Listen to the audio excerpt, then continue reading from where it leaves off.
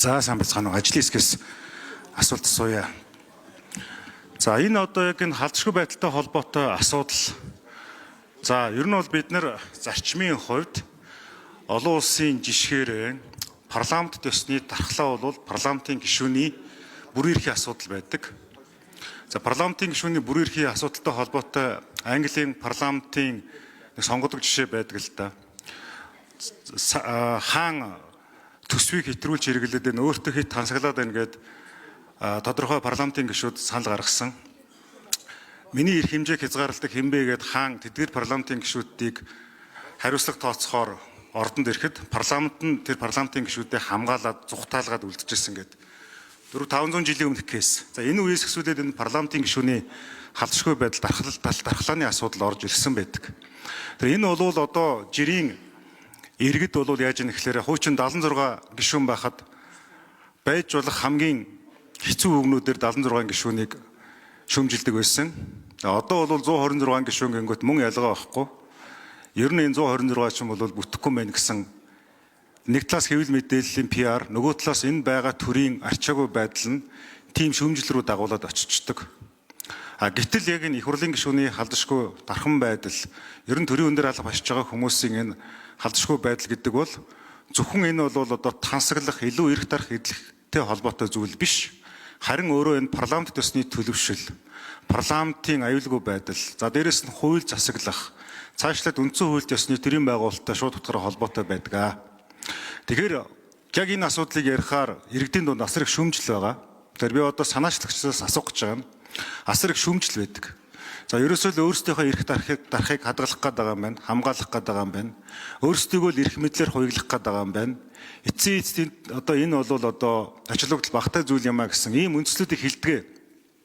За нэг талдаа үнэн боловч нөгөө талдаа энэ парламентын гишүүд маань тодорхой явц руу ашиг сонирхолд хөтлөгдөх.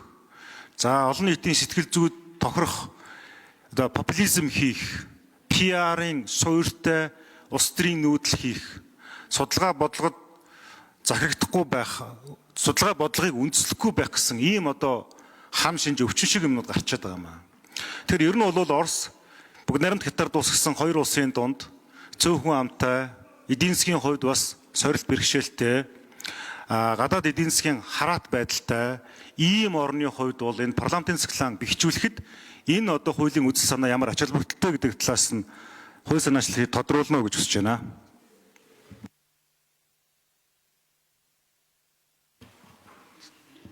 За цогтбаатар дарга ер нь бол дэгээрээ хоёр хүн хариулах ёстой.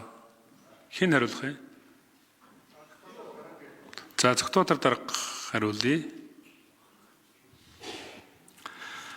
Энэ иргэдээс шүүмжлэлт агуулах нь аргагүй.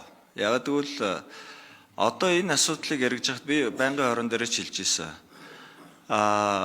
Нэг л их хурлын гишүүд гэмт хэрэг үйлчээд энэ их хуралд орж ирээд нуугдаад байдаг, дархан эрхийн ард нуугдаад байгаа юм шиг ийм сэтгэл төрөх тийм нөхцөл байдал үнэхээр үүсэж байгаа нь үнэн.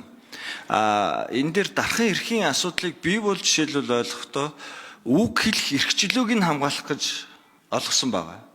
Түүнээс аливаа нэг гэмт хэрэгээс одоо прокурорын газар шалгахаас нь хамгаалсан ч юм уу. Гэмт хэрэгтнийг хизээж хаанч тэр нь одоо өстой ямар эрх тушаалтай, албан тушаалтан байна. Гэмт хэрэг үйлдсэн бол тэр шалгаж явах ёстой. Миний байр суурь бол ийм байгаа.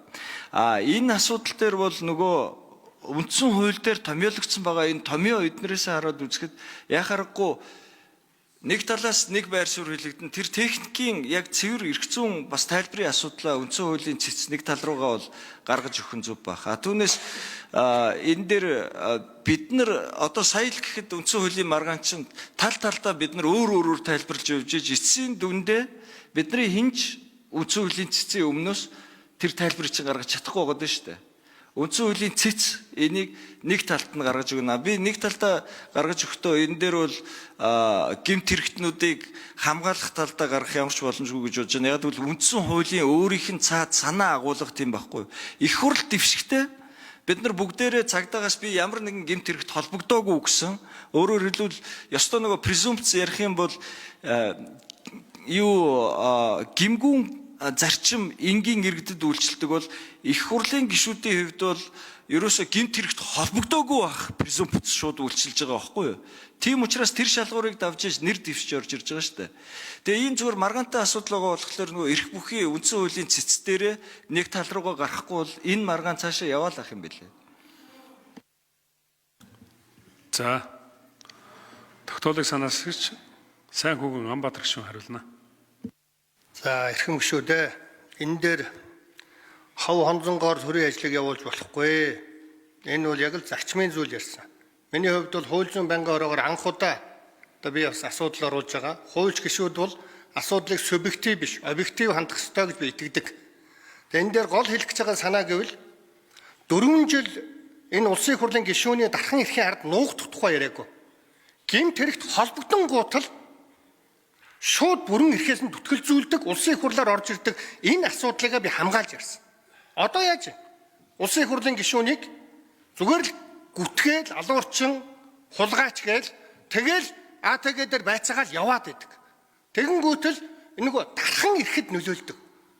Нөгөө сонгогчдын эрхэнд нөлөөлөд идэг. Өнөөдөр энэ хувь хүний асуудал яриаггүй. Улсын их хурлын гишүүн урааны асуудлаар, оюутлогын асуудлаар маш том байр суурь эдлэгдэг. Хэрэг одоо шийдвэр гаргадаг. Энэ дээр 1 минут нэмж өгье. энэ дээр АТГ дээр прокурор дээр гогдуулсан яваа бол тэр хүний шийдвэр гаргах тэр дархан эрх, сонгогчдын эрхэнд халдж байна гэсэн. Энийг үндсэндээ улсын үндсэн хууль зөрчсөн бол одоо 29.3 дээр үндсэн хууль зөрчсөн бол түүнийг эргүүлэн татнаа. Хамгийн гол нь улсын их хурлын гишүүн гэмт хэрэгт холбогдсон тухайн асуудлыг гэж байгаа шүү дээ. Холбогдсон гутал тат гэж байгаа. Тэрнээс биш ингээд зовоогоод ингээд АТГ дээр дэгээтэй байгаа тохиолдолд улсын их хурлын гишүүд хараат бус байдлаар асуудалд орох гээд байна. Олон гишүүд би нэрийг яриад явах уу? 4 жил өнөөдөр шүүхтээр гогдуулж байгаа хүн яаж өнөөдөр яг ингэж хараат бусаар асуудлыг шийдэх вэ? Би өнөөдөр өөрөө бол гүтгүүлээ, доромжлуулаад, сошиалаар яллуулсан. Надад хамаагүй. Дараагийн парламентын гишүүд залуучуудад, дараагийн парламентод энэ чухал учраас энэ асуудлыг ярьж, дараагийн улсууд хинээс ч айхгүйгээр хараат бус байдлаар үгээ хэлдэг байх боломжийн төлөө өнөөдөр энийг ярьж байгаа.